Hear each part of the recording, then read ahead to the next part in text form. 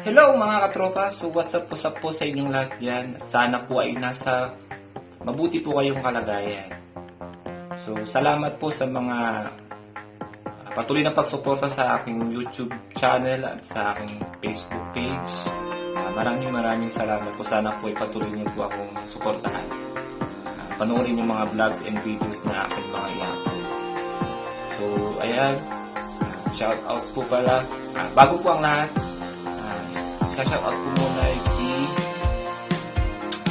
Roel Rosario. So ayan bro, na-shout out na kita. Shout out po rin po pala yung mga pamilya ko po dyan sa Pinas. Sana po ay nasa mabuti po kayo kalagayan. Ingat po kayo palagi yan lahat. So ayan mga katropa, so 8:30 PM po ng gabi po dito. So maaga pa po. So meron pa akong time para makapag-share po sa inyo about sa gastos. Nagastos po dito sa papuntang hanggan.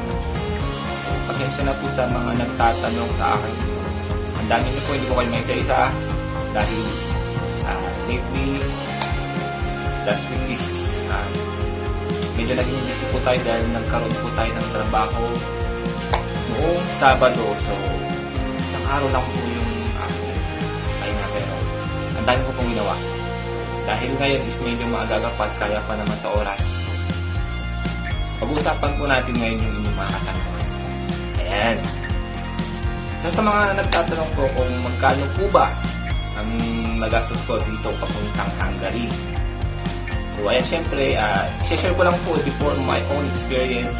Ayan. Dahil taga-probinsya po ako sa Taguban, Pangasinan. Hindi ko na po i-study lahat dahil ilang agency po yung nasubukan kong applyan. So, doon na lang po tayo dumako sa talagang agency ko. So, doon sa PNI agency, doon po yung aking agency is nung tinawagan po ako for final interview, syempre bumiyahe po ako from Pangasinan to Manila. Dagdag expenses po yun dahil pamasahe. So pag sa amin ang pamasahe kasi doon 495 pesos. Nung tinawagan ako ng PNI agency na nakapasa ako sa final interview, so ayan, pumunta ulit ako para sinabi nila na siyempre medical. So ayan, sa medical po is bayad ako 3,100. So ayan, and tapos yung mga ibang documents, syempre scan documents, saka scan na passport. Sa passport nasa amin napagastos ako nun mga 1,000 plus na date na kasama na po yung ibang documents ko nun. Pagkatapos ng sumunod na araw, pinabalik kami ng agency. So, bumalik ako ng Manila noon. So, syempre, dagdag expense naman yun dahil ay nakapasahan ko ng requirements. Dahil malapit ng yung pag-visa appearance saka yung sabay ng biometric. So, after ng biometric, tapos sunod nun, yung visa appearance namin, wala na akong binayaran. Basta nagpunta na kami ng embassy ng Hungary. So mga 2 to 3 days, mga ganyan. Tapos nakaset na po yung naka-schedule na yung pilos po namin.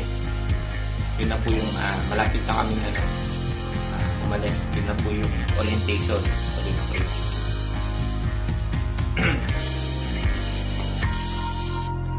Oo nga pala, pag dun sa PIDOS, kailangan maaga ho kayo kasi by schedule po kasi yun, hindi kayo pwedeng mali.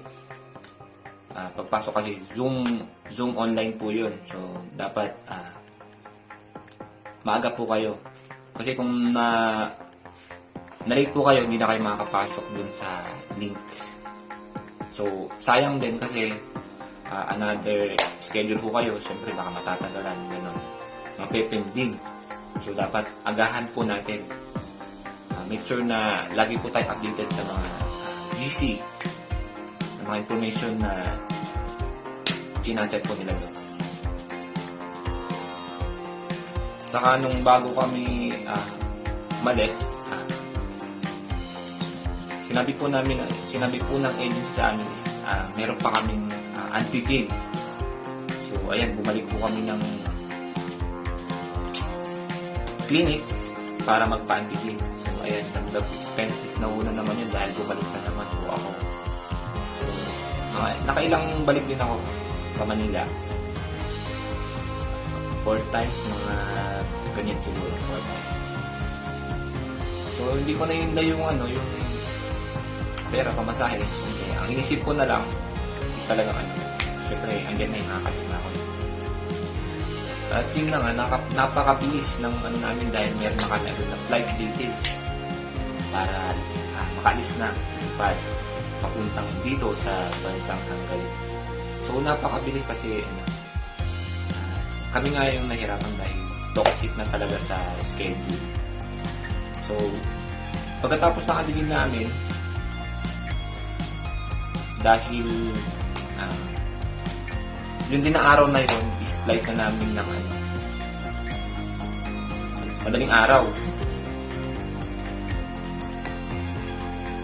So, umuwi ulit ako noon dahil kinuha ko yung gamit ko, inayos ko yung mga ibang dadalhin ko. Siyempre dapat kompleto yung yung mga dadalhin is ready nila. Sa PNA agency po is wala ko kayong mabayar na placement fee. So, ang binayaran ko lang po dyan is processing fee. Which nasa 20,000 pesos lang po yung binayaran ko dyan sa agency ko sa Manila, sa PNA agency. Pero lahat total ng nagastos ko is umabot ng 70,000. So, ayan, wag ho kayo mag-alala dahil kung wala ho kayong ganong kalaking pera, meron naman ino-offer si PNA agency na pwede nyong mahiraman na pera. May lending po sila na i-refer po sa inyo para tulungan po kayo. So, ayan mga katropa, so sana po is nasagot ko po yung mga inyong mga katanungan. Salamat po sa laging panonood. So, kung bago ka po sa aking YouTube channel, maaari yung pong subscribe at palike and share na rin po. Then, sa aking Facebook, papalo na rin po.